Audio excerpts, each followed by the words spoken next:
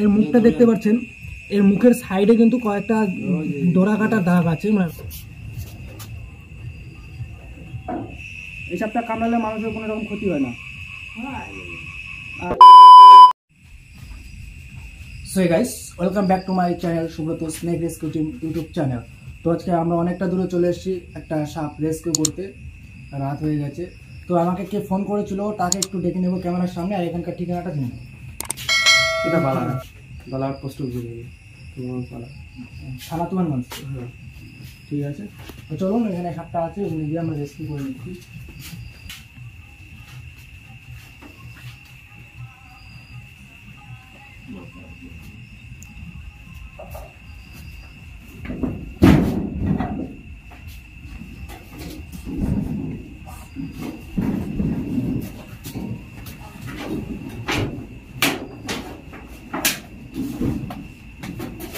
দেখতেই পাচ্ছেন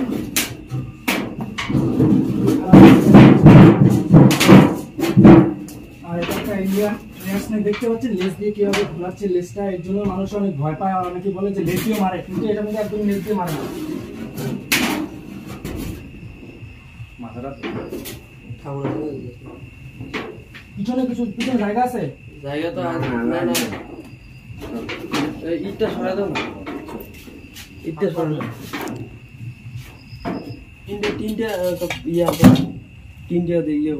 দেখতে পাচ্ছেন এটা কিন্তু ইন্ডিয়ান রেড স্নেক।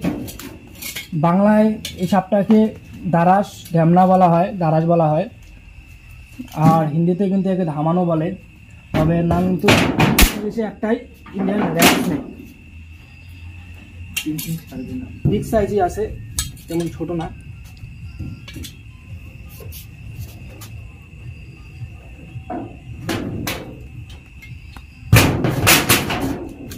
ইটটা সরাই দাও, ইটটা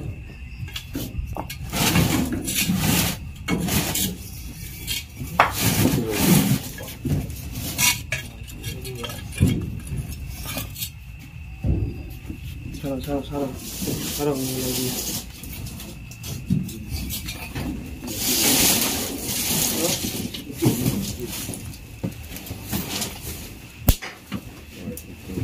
তো দেখতে পাচ্ছেন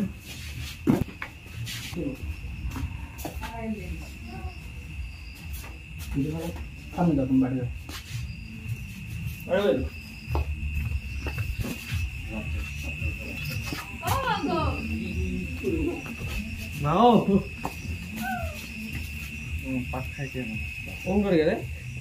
তো দেখতে পাচ্ছেন এর জন্য কিন্তু সাপটাকে স্প্রিং বলা হয়। কিন্তু বাঁচার জন্য কিন্তু এরকম করছে।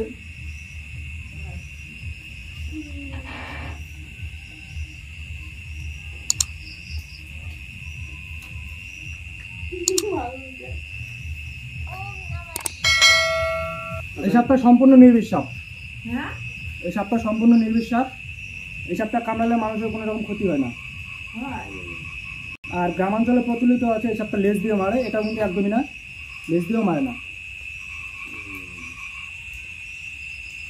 সাপটা অনেক বড়, অনেক স্পিডে চলাফেরা করে। ভারতের মধ্যে সব থেকে যদি স্পিড সাপ থাকে তাহলে একমাত্র এটাই আছে।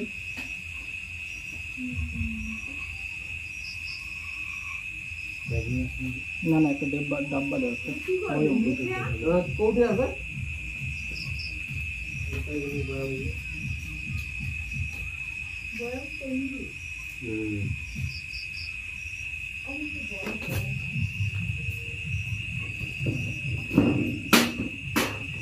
তো চলুন সাপটাকে আমরা প্যাক করে নেব। আর না হলে পাশে জঙ্গল আছে না সারার মতো, দাঁড়ার সাপ ছাড়লে কি দাঁড়া সাপ ছাড়লে দিচ্ছে না, এটা বিষ না, এটা নির্বিষ সাপ। তো গাইস, এটা যে দাঁড়ার সাপ সেটা কিভাবে চিনবেন, তো ওটা দেখাচ্ছি এখন।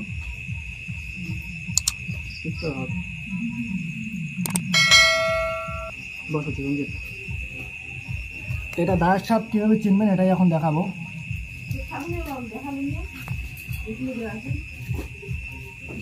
একদম মাটিতে লাগাও তো,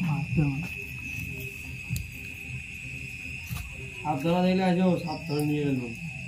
সো গাইস, এর মুখটা দেখাতে বলবো। এর মুখটা দেখতে পাচ্ছেন, এর মুখের সাইডে কিন্তু কয়েকটা ডোরা কাটা দাগ আছে, মানে র্যাক আছে আর কি ব্ল্যাক কালারের। এটাই কিন্তু দাঁড়ার সাপের চিহ্ন। আর এটা যদি কালাচ হতো তাহলে কিন্তু এই ডোরা কাটা র্যাকটা হতো না। কালাচ হলে এর নিচের সাইডটা দেখতে পাচ্ছেন কিরকম কালার, মানে হালকা হালকার মধ্যে একটা স্পট আছে, হালকা সাদার মধ্যে হলুদের মধ্যে একটা স্পট। আর এটা যদি কালাচ হতো তাহলে এর মাথাটা এরকম চোখা হতো না, এতটা ছোট হতো না। আর এটা নিচটা একদম পুরোপুরি হলুদ হতো। আসলে রাতের বেলা কালার সাথে কি দাগ এটা? কোনটা কোন দাগ? কাছে চাপ পারছে তুমি এখানে না না দাঁড়া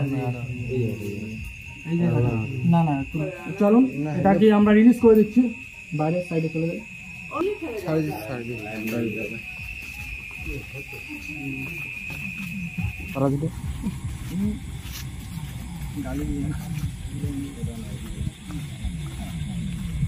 এতক্ষণে কিন্তু এই সাপটা নিজের শরীর দিয়ে যে একটা সেন্ট বের করে দেয় সেটা দিয়ে দিয়েছে, তেলের মতো একটা অয়েল বের করে দিয়েছে,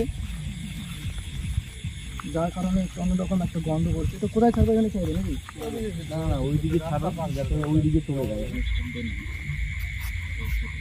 সো গাইস চলুন সাপটাকে আমরা এখানে রিলিজ করে দিই এখন।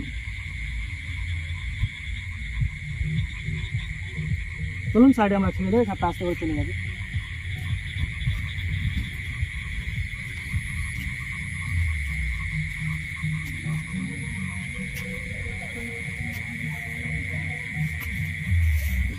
সো গাইস থ্যাঙ্কস, ভিডিওটি ভালো লাগলে একটা লাইক করে দেবেন, চ্যানেলটিকে সাবস্ক্রাইব করে পাশে থাকা বেল আইকন অল করে দিবেন, যাতে এরকম পরবর্তী ভিডিও আপলোড দিলে প্রথমে আপনার দিকে চলে যায়। ভালো থাকবেন, সুস্থ থাকবেন। জয় হিন্দ, জয় ভারত, বন্দে মাতরম।